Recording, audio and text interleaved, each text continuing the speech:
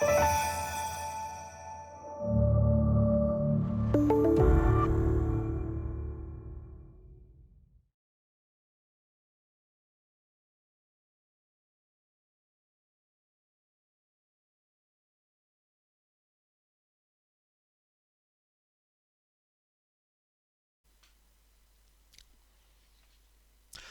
afternoon, everyone. You're all very welcome to the launch day for philosophical theology. My name is Ciarán McGlynn, and I will be your tutor on this course, Philosophical Theology. We have about an hour and 20 minutes today for our lecture. So, as I say, I'll be your academic tutor for this module. You should have the notes that I'm using available to you along with this video. So our tuition then over the next semester will involve 2 tutorial days, 2 study days, the online forum, and of course emails. So hopefully you use any and all of those particular platforms and means of communication. I hope you attend the tutorial days and study days. In the present circumstances, it's quite probable that all our tutorial days and study days will in fact be like this online. But you never know, maybe circumstances will change and we'll have one study day which is live, but at the moment the way things are looking, they will be all online. The assessment for this course, Philosophical Theology, will be comprised of one assignment and one examination. The assignment will be completed at the end of the course, towards a series of lectures, and the examination will take place usually in January. There will also be continuous assessment, and I would emphasize the importance of continuous assessment. As you know, throughout the module text there are questions which you are invited to answer. So I would urge you to keep a journal as you study the text, to answer the questions as you go along, to keep those questions in a journal. You can keep it as a Word document, or you can have it written out as in longhand in a notebook. But as you study the text, do the questions. It's a fantastic way of focusing on key aspects of the text. It helps you clarify in your own head the material you're reading. And often we deceive ourselves into thinking that we understand the material. When we're just reading it, it's a very passive type of way of engaging with material. But it's not until we actually have an opportunity to write down our understanding of material that we can see if we really do understand it. That's why, of course, the assignment is so good. That's why the examination is so good. And that, of course, is why the continuous assessment, the doing of the journal exercise, is such an invaluable pedagogical aid in our study. So the journal, the continuous assessment is required, it's compulsory, and rather than leaving it to the end of the course, I would urge you to do it gradually as you go through it, and consolidate the material as you're actually studying that material. So that's the assessment in our course, the assignment, the examination, and the continuous assessment component, which will comprise the journal exercises. The course text that we will use are the 2 volumes of Philosophical Theology by Paul O'Grady. These are your first port of call and your primary port of call.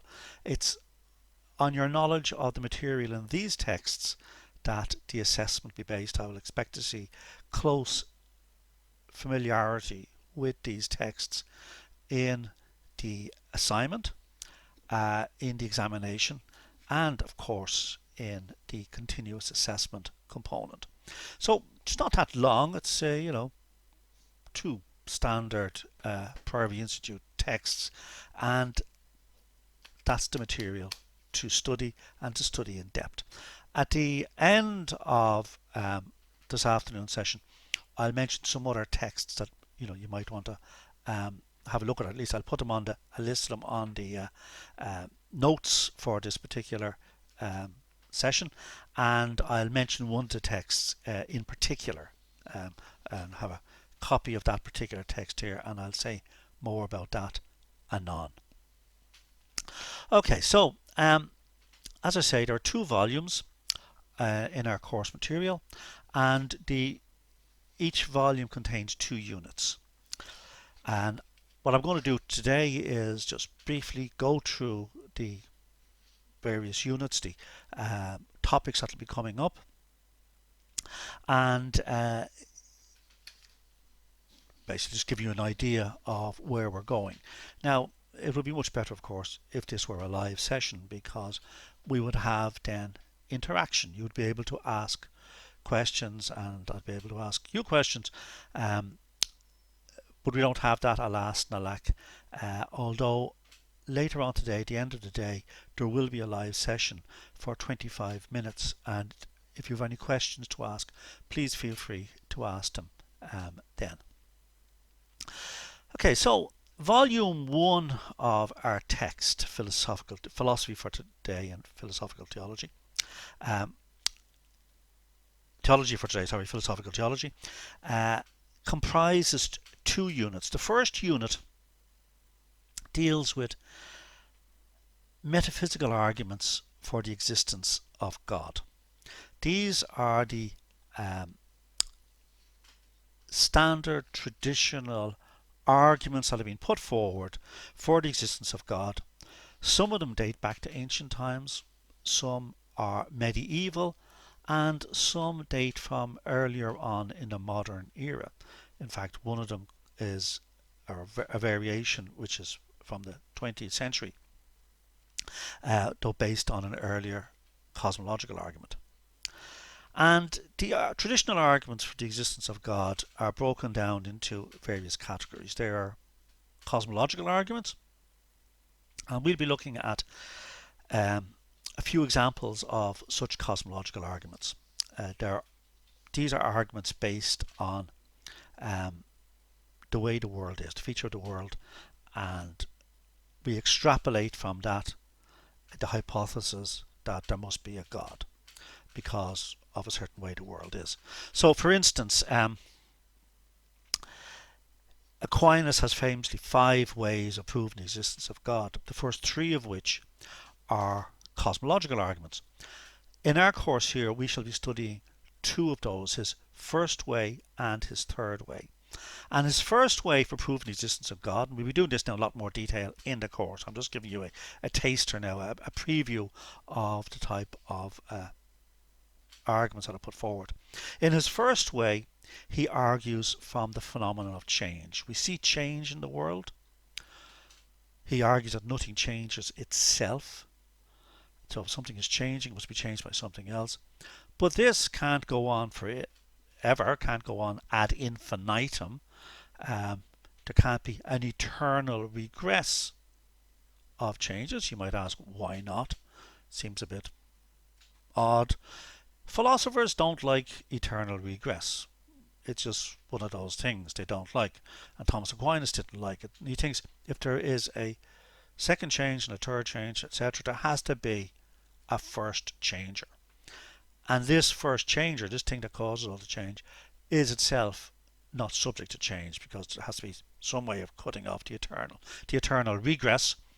And that first entity that causes change, the unchanged change, or the unmoved mover as he calls it, he says is what everybody would understand as God. Okay, so Yeah, that's an old one. It's been around for a very long time. It predates Thomas Aquinas. Thomas Aquinas, as we all know, was a 13th century philosopher and theologian, a Dominican. Standard cosmological type of argument. Another argument that he puts forward, his third way, is very much a philosopher's argument, and it's the argument from contingency and necessity. We see in the world many things. There are books and desks and computers and people and houses and trees and mountains, etc., etc.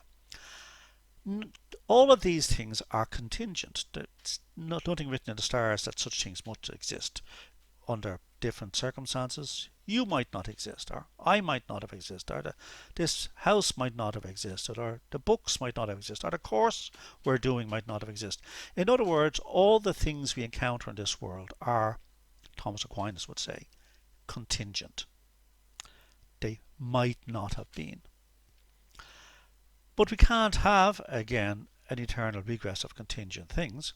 He thinks there has to be something that is necessary. Now we're going to see when we get into the argument that he has in fact the notion of a succession of necessary beings, but he's going to, and we will see why he has that anon. We're not going to get into it now on the launch day, but he thinks there must be one necessary being, one being which is absolutely necessary and is the origin of everything else, that it is the one thing that is not contingent, and that whatever that thing is, he says, he calls God. So very kind of general arguments. Now, his other five ways, or the other three of the five ways, the second way, the fourth way, and the fifth way, um,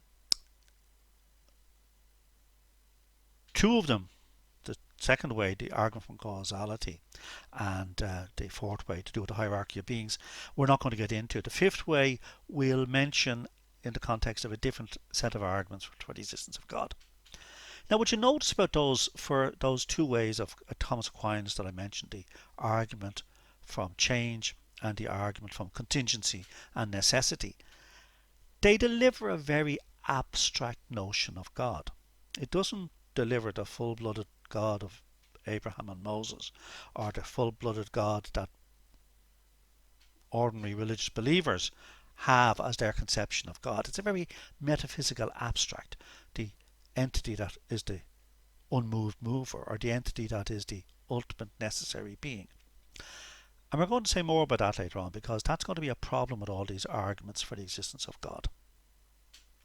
They deliver a very abstract, maybe bloodless type of God. They're traditional arguments.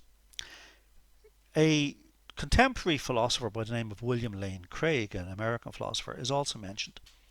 And his cosmological argument takes a different feature, and that's the hypothetical notion, the postulation in cosmology, in contemporary cosmology, that there was an initial event which was a massive outpouring of energy which seems to have marked the start of the universe. This is known as Big Bang theory. And his cosmological argument will hover around that, the notion of a entity that has to be the cause of Big Bang.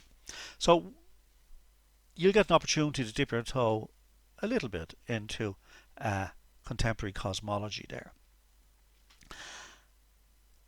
Another set of arguments, other than those cosmological arguments, closely related set of arguments, are arguments from design. You could, I suppose, in a way, see them as a subset of cosmological arguments. Because they're taking a feature of the world, and this is the apparent order, structure, maybe design in the world. Now that's going to be the moot point. Is this a case of, is the order and structure we see in aspects of the world a case of accidental order and structure, or order and structure that can be accounted for in purely natural ways? Or is this order and structure in fact an instance of design? Has it been designed that way? Is there a designer? And Aquinas' fifth way is called his teleological argument. And this is the notion that there is purpose or directedness in the world amongst natural things. This is not strictly a design argument, but it's the precursor of later and maybe stronger arguments from design. A famous early argument for design, early modern period, well, 18th century argument, was put forward by the Anglican clergyman William Paley. And Paley's argument from design is based on his studies in the natural world, in particular the living world. He was one of these great 18th century naturalists who studied living organisms, birds, mammals, whatever, insects, wrote a lot of treatises on these things.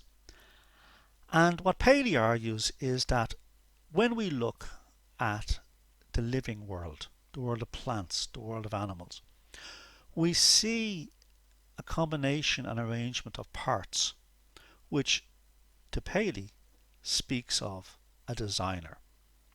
You cannot get this kind of order and structure and apparent purposefulness in the world, he argues, without someone having designed it.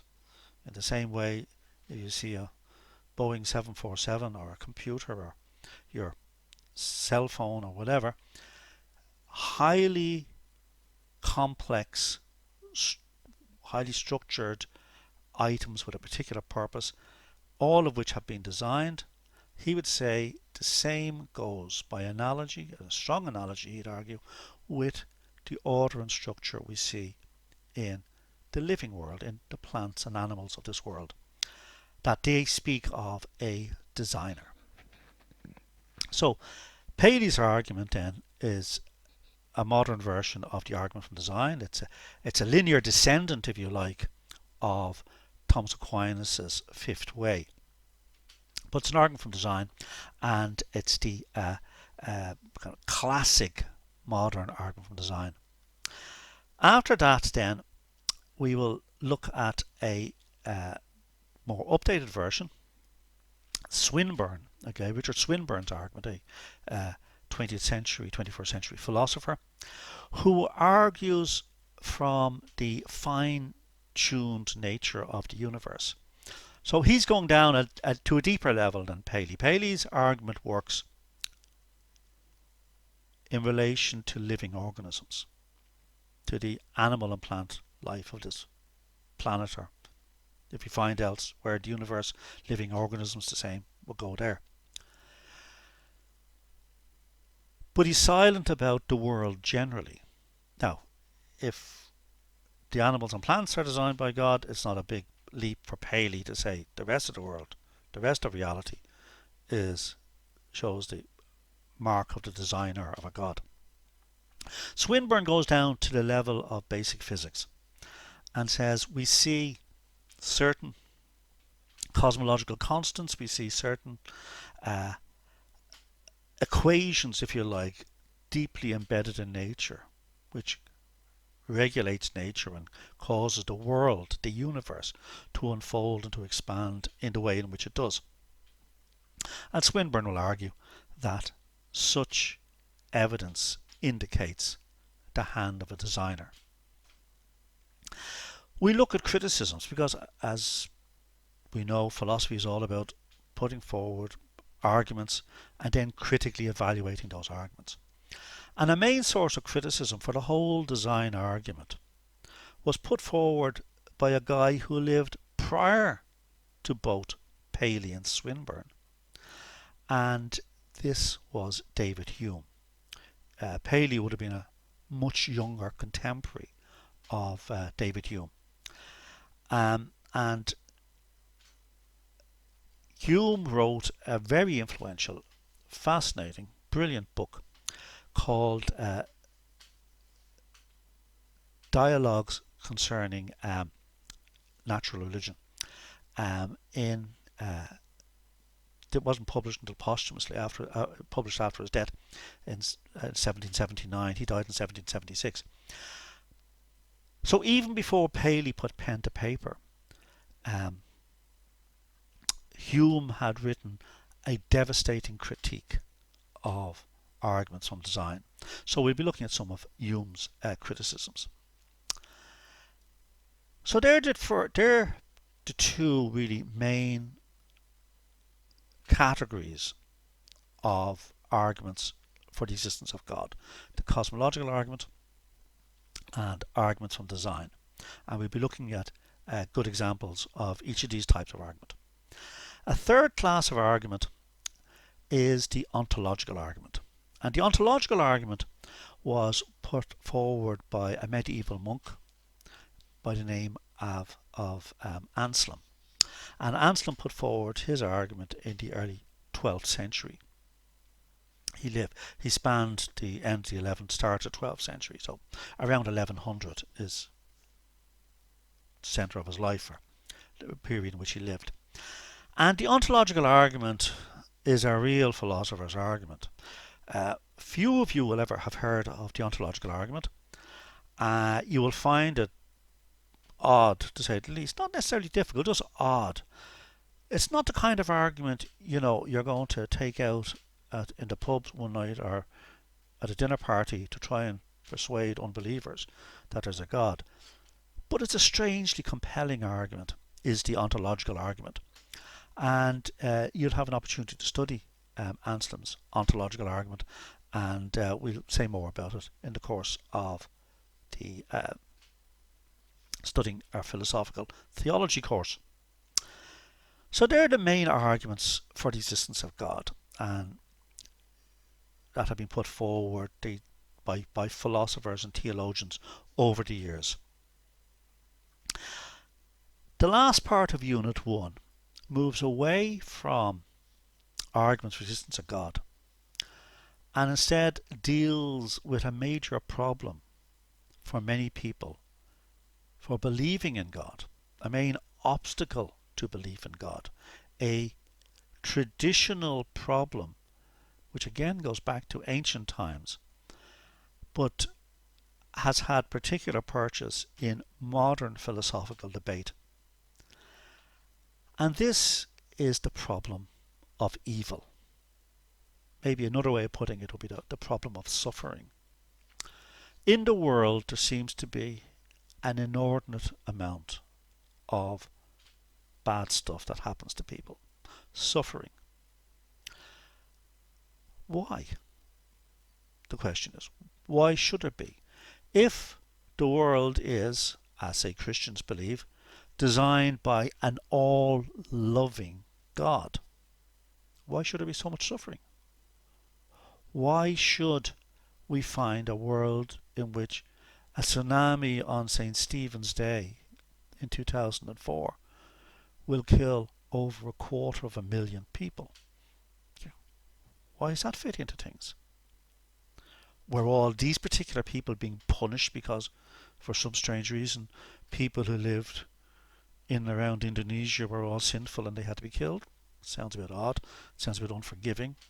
What about all the other people, or evil people in the world? What about all the good people and the babies and things that were killed in it? So it sounds odd.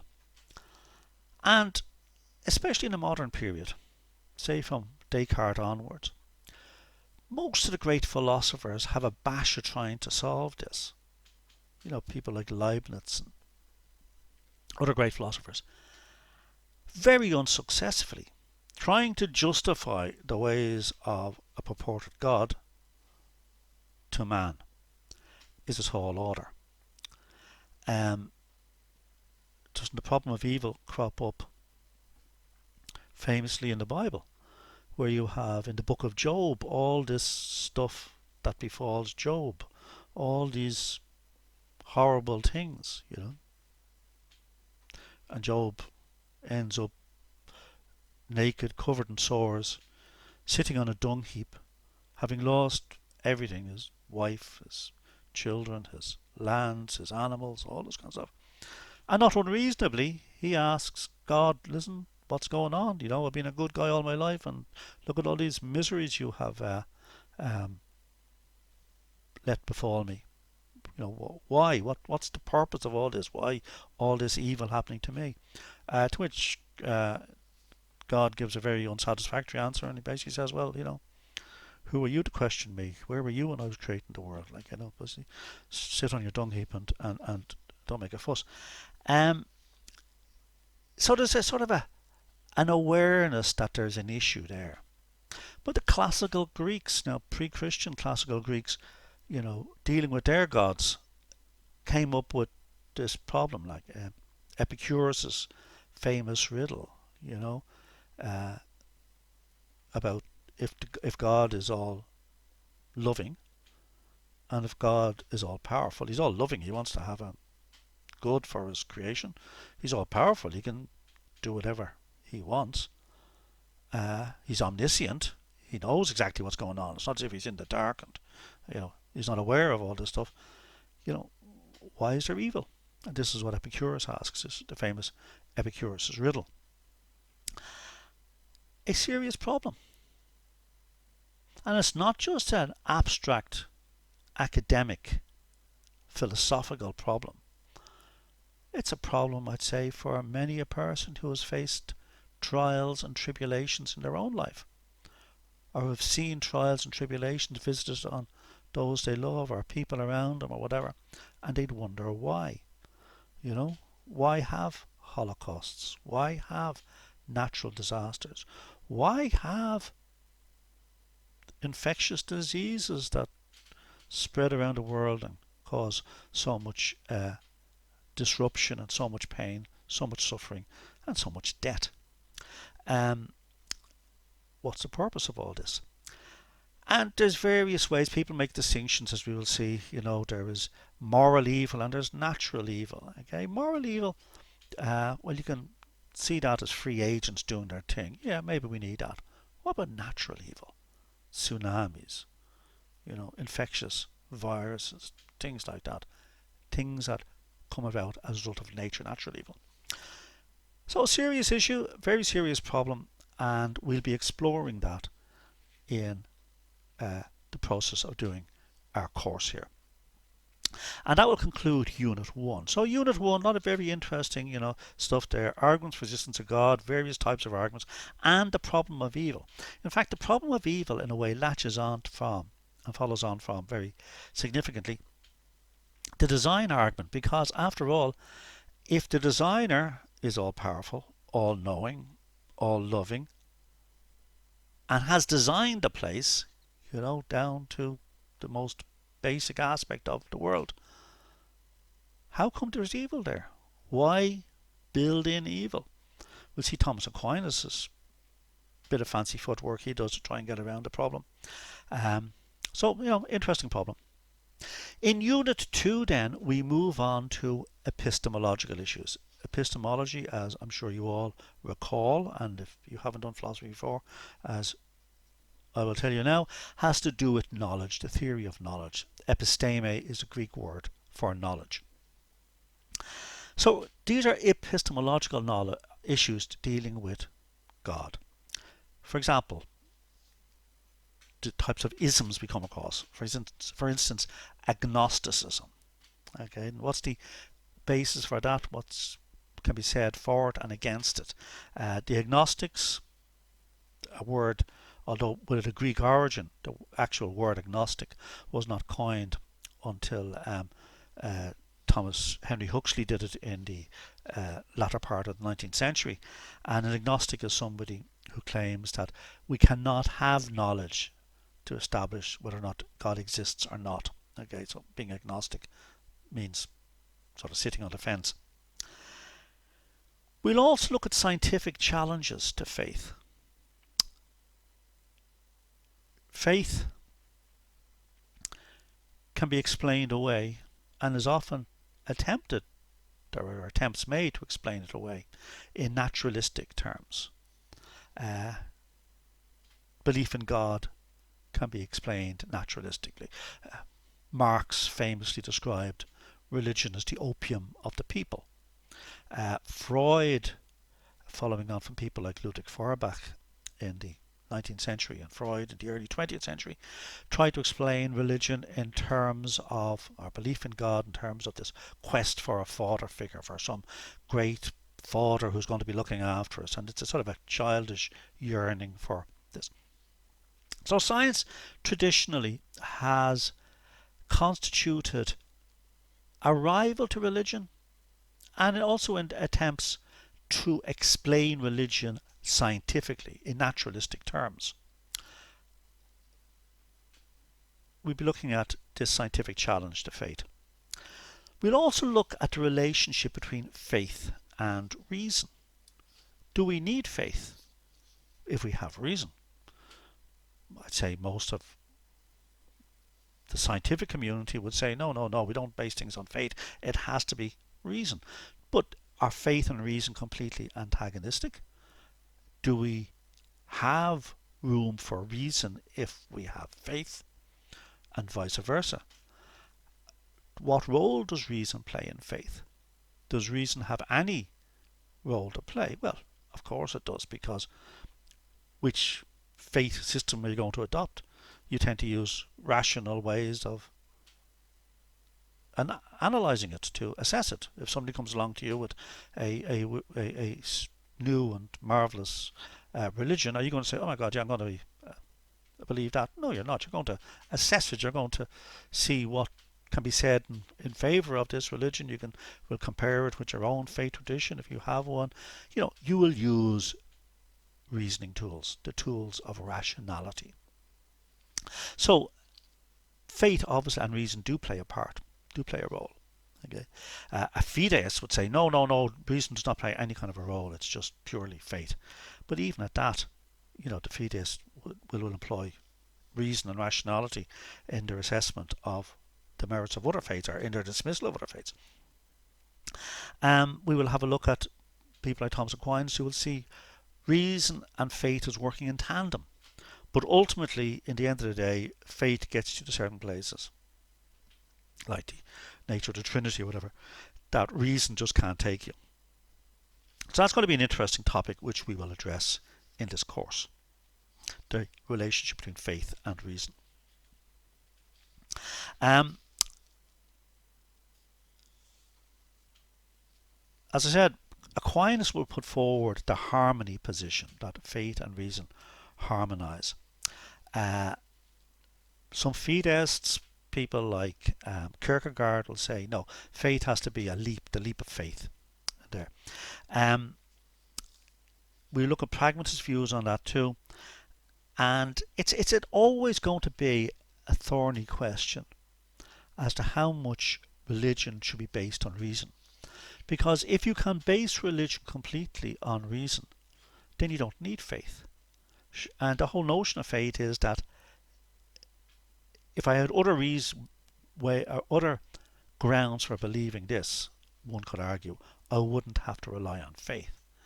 But faith itself has to be reasonable, because if it is not reasonable, if it's not rational, if it's not grounded in any way, well then how do you decide between faiths? What faith do you use? You might have faith in I don't know, that there's fairies at the bottom of your garden or whatever, and base that purely on faith. No, so reason and faith do play an inseparable role there. Now, there was something passed through my mind that I wanted to say about faith and reason, and it has now disappeared, but it'll come back to me, no doubt, later on. So there are the first two units, and the essay topic I set will relate to material in the first two units. The exam, on the other hand, while covering or can cover all parts of the course, there'll be 5 questions. You'll do 2 of them, or so 3 of them. Don't quote me on that. I have to look that up again. I teach a different course where there's it's 3 questions. You do 5 questions on the paper, 3 questions you will be answering. The preponderance of questions in the examination will come from the second 2 units of the course. However, there will be questions there from the earlier section as well. I want to make sure that there's only a finite number of topics, which is great for you because you don't have to study, an immense array of topics. But I want to make sure that the examination questions, none of the examination questions overlap with the assignment questions, because that wouldn't be a good idea at all.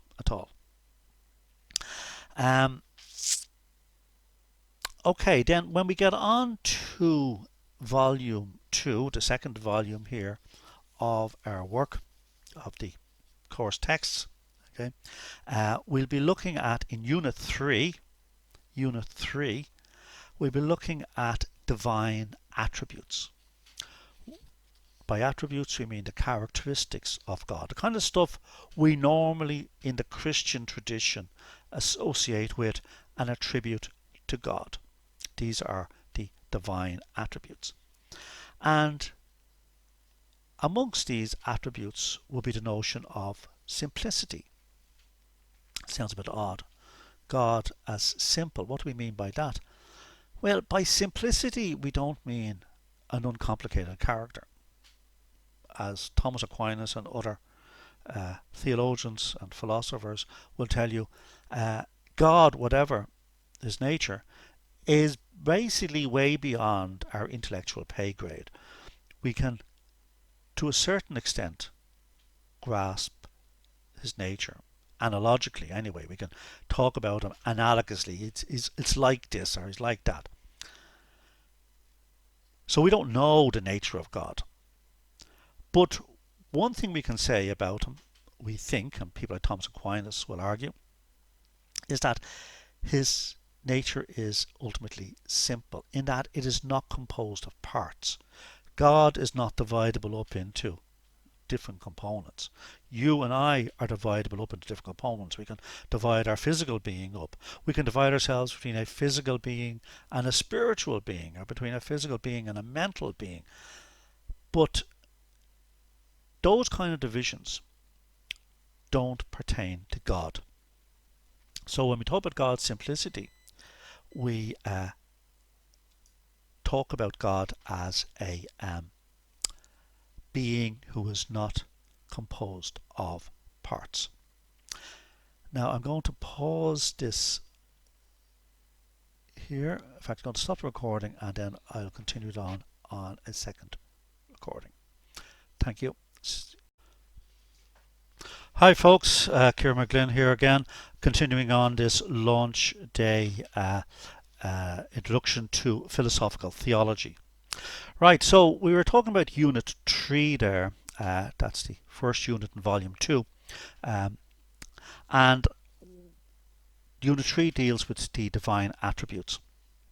As we said, one of the attributes of God is that tradition he's seen as being simple in nature, and by that we meant that it was not composed of parts, did not, for instance, have a material and formal aspect. Those of you who've done the introduction to philosophy way back when you were doing Aristotle, you remember Aristotle's dichotomy between matter and form. There was a material aspect and a formal aspect, say, to human beings, to all the things you see in the world. That division does not pertain to God, the material and formal aspect. Same thing, incidentally, with angels. There's no material aspect to such entities, matter and form. So when we say God is simple, it means that there is no way we can divide him up. We can speak about him in various ways as if he's divided up, but that's just analogically speaking about him. Ultimately he's simple. He doesn't have a material aspect and a formal aspect. He doesn't have a potentiality and an actuality. God, as we will see, is pure actuality. Which brings us on to the other aspect which of God, which often goes along with his simplicity, and this is the nature of his existence, the existence of God. And God exists as pure actuality. Now at the moment that seems a little bit obscure, probably, But it's well explained in the text, and we'll cover it again later on. Another aspect of God is that He's eternal. What does that mean? And we will see there's a whole debate and division about the nature of the relationship between eternity and time. And we will see that God's eternal nature does not mean that He's temporal. God, for people like Thomas Aquinas, does not exist within time. Eternity has to do with being extra-temporal, outside of time. And that whole debate we'll be looking at in relation to this question of the eternal nature of God. So that's going to be an important aspect there. It comes basically from a late medieval philosopher, a philosopher who was known as, late ancient world philosopher, very early medieval philosopher, a guy who was known as the last of the ancients and the first of the medievals. And this is a chap called Boethius. And Boethius wrote a very famous book called The Consolation of Philosophy. He was awaiting execution in jail, and when he wrote this book, so not the most ideal circumstances. And in this, he talks about various aspects of philosophy. He sees philosophy as providing a consolation. But he introduces the whole question of the relationship of God to time in that text. He lived way back in the 6th century AD. That's the very end of the ancient world and the very earliest part of the medieval, or really the Dark Ages at that stage. He likens God's relationship as being similar to somebody standing on a mountain and looking down at a road that's winding its way through a valley. The person walking on the road can only see a certain distance ahead, because it's a winding road. That's akin to the person who is within time. They can look back, they can look maybe a little bit forward, but not much. But to God, who's outside of time, remember this is just an analogy, God on the mountaintop can see everything at once. The past, where the person's been, where the person is now, the present, and the future. Being eternal means being outside of time. And he uses that nice little analogy, but it's only an analogy. And like all analogies, can only be pushed so far. Since Boethius introduced that notion, what is that now, 1500 years ago, the problem has remained as to God's relationship with time. You will even find some philosophers arguing that God has to be in time. Why? Because there's all these passages in the Bible about God interacting in time, interfering in time. So the argument is he has to be a temporal being. But there's other arguments favoured by people like Thomas Aquinas saying that he can't be involved in time, because if he's involved in time, if he is confined by time, that means he's restricted by time and suffers from the restrictions of any temporal being. So the best thing is to have him outside of time in this eternal nature. So we're going to see there's various contradictions arrive there. We're going to see that there's various problems there. And just as with the arguments for the existence of God, these arguments about the attributes of God, the nature of God, divine attributes, throw up philosophical problems about God's simplicity, about the nature of his existence, about what we mean by his relationship to time, what we mean by saying that he's eternal and that he's not temporal. The next attribute also throws up a whole raft of problems. And this is the notion that God is omnipotent. Now, omnipotent means all-powerful. And that seems to be a characteristic of certainly the Christian idea of God. The ancient Greeks had powerful gods. They had a pantheon of gods. They were polytheists. Zeus was the main god. And he was really powerful. He could kill people with thunderbolts and, lightning flashes and things. But Nevertheless, his power was limited. He moved at a finite speed, very fast but finite speed. He could be deceived. His wife Hera famously deceived him on multiple occasions. Um, there were things he just couldn't do. So for the Greeks, the guys who start philosophy, and for so many other polytheistic cultures, Indians, for example, the Hindus, not, their gods were powerful, but they were not all powerful. In the Christian religion, God is generally seen as omnipotent, as all powerful. But then we have to ask, well, what does this mean? And it seems to involve us in certain kinds of contradictions. And so a lot of the discussion about this particular attribute of God is how can we get out of these logical puzzles that we find ourselves in? So if God is all powerful, can he do anything? Ah, yeah, he can do anything. Well, could he make a stone that was so heavy, so massive rock, conjure up whatever image you can, that is so heavy that he himself can't lift it? Now, when you think about it, that's a logical trick, isn't it? It's a conundrum. Because if he can make a stone so heavy that he can't lift it, then there's something he can't do. He can't lift the stone. He's not omnipotent. If he can't make a stone so heavy that he can't lift it, then there's something he can't do. He can't make the stone. So he's not omnipotent. You see the kind of way, this goes. And there's various conundrums like that come up. All of which I meant to point out. They're not trying to be smart or being very clever. What these conundrums do, what these paradoxes do, is to show that there is something amiss in our reasoning process when we start attributing notions like omnipotence, being all powerful, to God. And this is a long tradition in philosophy, not just in relation to God. Famously in the ancient world, many of you will have heard of Zeno and Zeno's paradoxes. And these paradoxes of Zeno's, things like Achilles and the tortoise, if Achilles gives a tortoise a head start in a race, can Achilles, the swift-footed Achilles, the guy of fleeting Achilles, the guy who's a famously fast runner, can he ever overtake the slow-moving tortoise? And according to Zeno's paradox, he can't, because I'm sure you all are familiar with this, but when he covers half the distance to the tortoise has moved on a bit, and when he covers half that distance, the tortoise has moved on a bit, and he's covered half that distance.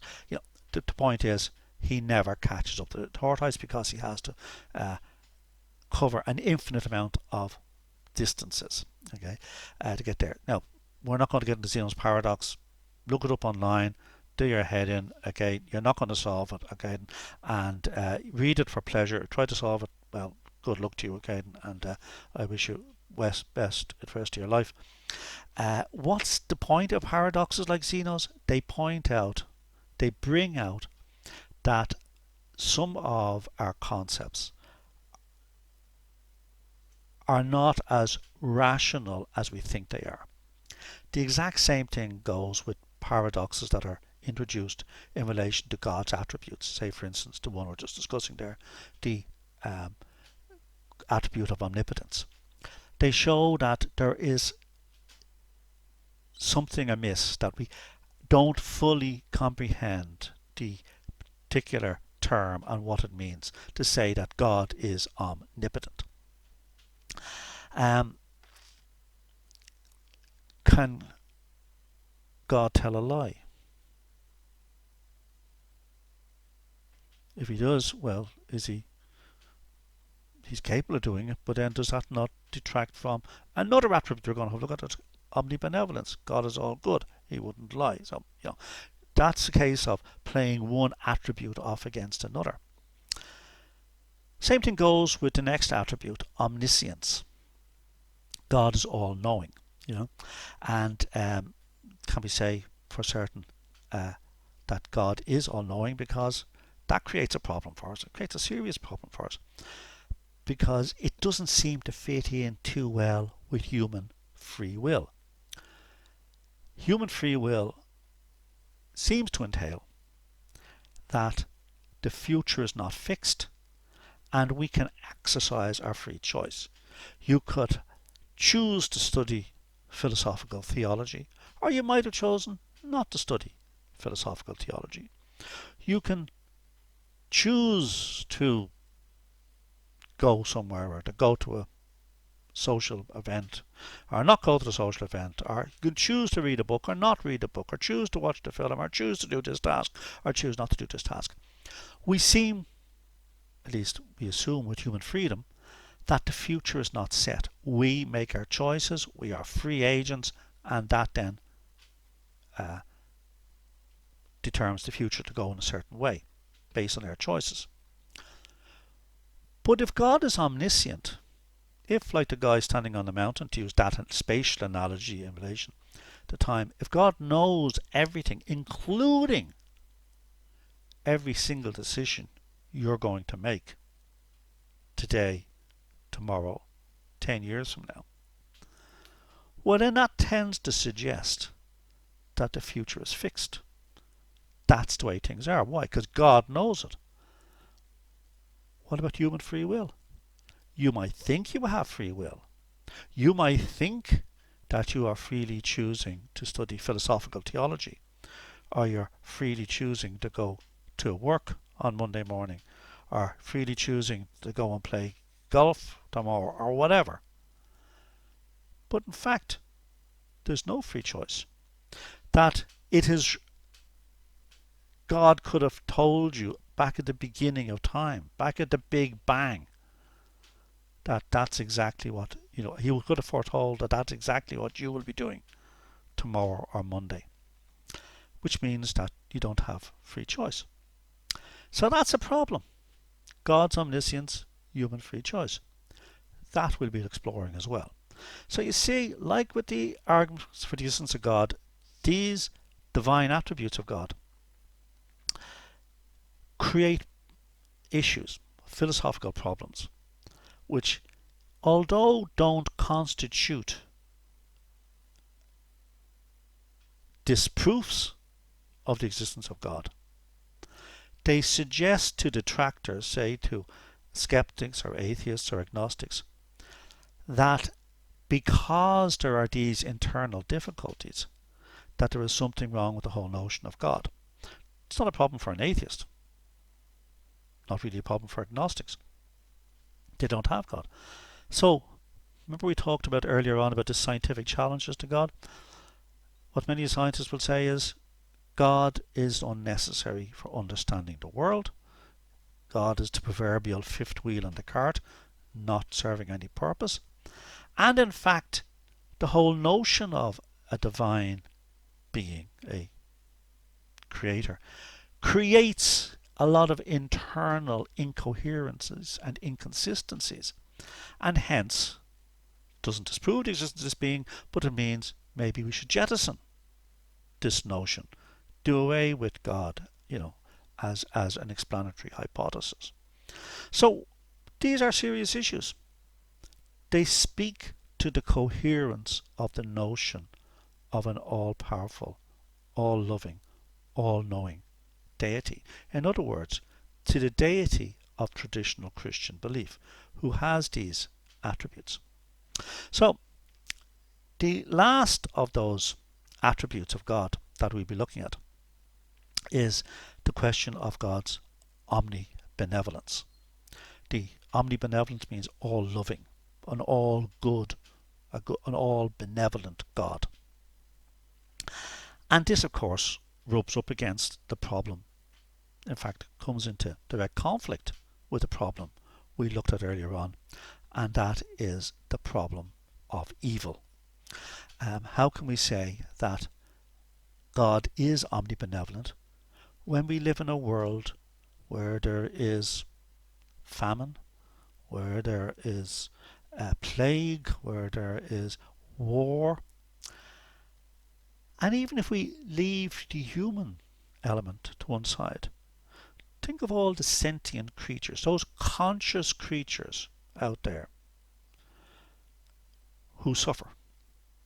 not necessarily at the hands of human beings, just to suffer. Nature red in tooth and claw. Think of all the countless amount of waste and suffering that goes on in the world amongst all sentient creatures, all conscious beings. Why? And a traditional argument is that this doesn't fit desperately well with the notion of an omnibenevolent God. So we'll be looking at that as well. That's Unit 3. So we looked at Unit 1, in which we've looked at the argument for the existence of God and the problem of evil. We've looked at Unit 2, where we see epistemological issues, primarily with the science, the challenge of science, the faith, and the relationship between reason and faith. In Unit 3, we looked at divine attributes, things like God's eternal nature, omnipotence, omnibenevolence, omniscience, etc. In Unit 4, we will look at the writings of Thomas Aquinas. That's the second part now of Volume 2, Unit 4, where he revisits, or where he initially visits, because many of these questions. But we'll be looking at it in terms of his particular writings. These are extracts in Unit 4 from the writings of Thomas Aquinas. Thomas Aquinas is not widely read these days. He is a difficult read. Now, these readings that have been selected are not particularly difficult, but they do require you to roll up your sleeves and sit down and consciously and in a focused way study this material. Now, you'll have had an introduction to a lot of this material in the rest of the course, but you will see firsthand how Thomas Aquinas himself tackles God's existence, God's perfection, God's power, and our knowledge of God. How do we actually gain knowledge of God? And that's an important aspect, and the examination I tend to put on at least one question in relation to those readings. So anyway, just bear that in mind. So in the exam there will be at least one question, maybe two questions from the earlier part of the course, Units 1 and Unit 2. There'll probably be about a couple of questions from Unit 3, and then at least one question from Unit 4. So it'll be 5 questions, and I haven't worked out the mixes yet, but that'll be roughly the way things will work out for the examination. As I say, the assignment will primarily deal with material from the earlier part of the course, the first 2 units. Okay, so that's the bulk of, that is the course. That is not just the bulk of it, that is the course, okay? And it's all contained in our 2 texts. So you don't have to wander the highways and byways of the internet seeking out the material. The material is all there, and you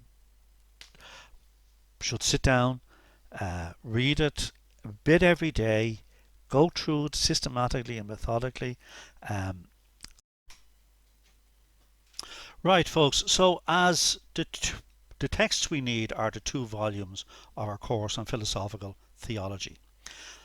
But I'm going to mention some other useful auxiliary texts which you will find helpful, but they're not, instead of the course text, they are auxiliary to it. You might find them useful as well. The first one I'm going to mention is this wonderful philosophy resource known as the Stanford Encyclopedia of Philosophy. It's a free online encyclopedia of scholarly articles, though written in an engaging enough style. The good folks in Stanford have compiled these articles over the last 20 years. They are regularly updated, sometimes completely rewritten, revised, and they give you an excellent introduction to a vast array of topics, and many of the topics, and probably all the topics in fact that we're discussing in this course, you will find reference to them in these articles. So it's a free online philosophy encyclopedia. It's a wonderful creation, and the problem is you probably get into it and you start reading other stuff and you find yourself 2 hours later and you haven't actually read the stuff you wanted to look at in the first place because the other stuff is so interesting. So like I say, it's a wonderful resource to have. So I'm mentioning that to you. You just type in the Stanford Encyclopedia of Philosophy into your search engine, and hey presto, you'll be in there, and you can type in any topic you want to, and chances are you'll find material on it. Now I'm going to mention a couple of books which are you don't use instead of our texts, but they are works that might be of some interest to you. The works that I happen to have and I've used, and that's the only reason I mention them here. There's a kind of I suppose it's got to a stage of a bit of a classic now as a introduction to philosophy, and it's a work by Brian Davis. It's on our list there on our notes for this session, and it's called the Brian Davis, An Introduction to the Philosophy of Religion. It's been around since about 1994. I think he revised it sometime in the early 2000s as well. And this is one of these standard introductions to the philosophy of religion. Philosophical theology is often referred to as the philosophy of religion. So I mentioned that. Do you use it instead of our texts? No. Our text is the primary source that you will use. That's where the material comes from. That's where your assignment will be based on that, and your exams on that. But you can use it in conjunction with that text, should you wish. Another text which I should have brought in, I've left it in the other room, a nice short text by the Aquinas scholar Anthony Kenny, and it's called What is Faith? Essays in the Philosophy of Religion. All these texts are listed on the notes that accompany this video. So Anthony Kenny, What is Faith? Essays in the Philosophy of Religion, and that dates from, again, the early 1990s. Kenny, who I think still walks God's earth, is a great Thomistic scholar, so he's coming at things with a very informed Thomistic perspective, the perspective of Thomas Aquinas, who's so important in our course. Another text I'd mention is by a guy who we discussed earlier on in relation to the arguments on design, and this is Richard Swinburne, who wrote like Kenny, an admirably short text. A great merit of any philosophy book is that it's short. Is There a God by Richard Swinburne? The details are again on our notes. Do you have to buy this book? No, but it's one of these that is a good discussion of aspects of the philosophy of religion. So for instance, here he's discussing the simplicity of God, which we discussed earlier on, the world order in God, the existence of humans, and he'll talk about why God allows evil, topics like that. Miracles and religious experience, which we don't do in our course, which is a bit unfortunate, but nevertheless is a very important aspect, arguably, of belief in God, the notion of religious experience, or maybe manifestations of God's existence through miracles. But we don't do them. But anyway, so there's a lot of other stuff in the book that you will find of interest. So that's another good book. Now, I've got a couple of other books there, but the final one I will mention to you as being a valuable resource is a book by the author of our course, Paul O'Grady, called Aquinas' Philosophy of Religion. And Paul published this a couple of years ago. And in fact, you'll have, should you read this book at any stage, you will have a certain experience of deja vu, because much of what he wrote here first saw the light of day in our course, in the philosophical theology course. So he develops and expands upon aspects of the course, and of course discusses new material as well. So in a way, this would seem, if you're going to buy a second book, a bit of a no-brainer, but not quite, because it's a very, very expensive book. Now, I'd say order it through the library, but I think all the libraries are closed at the moment. God knows when they're opening again. And to give you an example, when I went to the book launch, I got it at a knockdown price because we were at the book launch, and I got it for a knockdown price of €50, where it was retailing for over €75, and the price has probably only gone up in the meantime. So, like, it's a very expensive book. Do you need to buy it? No, you do not. But in case you come across it and think, oh my God, there's the guy who wrote the course, and is this book any good? Yeah, it is. It's very good, but you don't need it to do our course. You have the course materials, and they're excellent. Okay, but I mentioned it to you that if the spirit so moved you, or if you had book tokens knocking around the place, or somebody wanted to get you something, for Christmas or whatever. It's there's worse books you could buy. Um, right. So this, like I say, is an odd session because normally there will be live interaction, and a lot of the session will be taken up with live chat with response to questions. Later on the day, as you know, there will be a live session, 25 minutes long, where you can ask any of the questions you might have.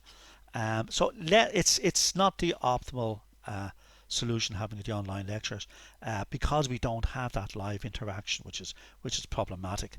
But if you have any questions, you can always ask them. Okay, so normally the session would have gone on for the best part of 2 hours or whatever. But I don't want to burden you with excessive amount of information, especially as we will be encountering this material in due course as we go through our course in philosophical theology. So although I think between the three stages of this video we're coming in at under an hour and 20 minutes, no harm in that. And if anybody's any questions to ask me when we're on our live online session, please feel free to do so. And I look forward to working with you. If you've any, as regards the forum, by and by, as many of you will have been in courses that I've conducted before, so you'll know that by and by I will put items of interest, or on the forum, but the forum only really comes alive if you use it yourself. So if you want to discuss topics, bring up a topic, people can respond to it. The basic rule of netiquette, that's ethics on the net, is be nice, okay, to each other. If somebody wants to raise a topic, and others want to engage, please feel free to do so. But remember, politeness and niceness. And if somebody disagrees with you, that's great. They're allowed to disagree with you, and everybody will discuss things in a nice and calm and manner. Okay. If you want to ask any questions, you can post them on the forum, or you can, if it's something you want to ask, but you don't want to ask it in public glare, you can always email me. There's no problems with that at all. So it's been a pleasure now talking to you, and I look forward to meeting some of you, I'm sure, online, and working with all of you during the next few months, and to reading all of your assignments and your exams, and ultimately perusing your journals, which you should be working on from the get-go on the course. So thank you all very much indeed, and I hope you enjoy our course in philosophical theology. Thank you.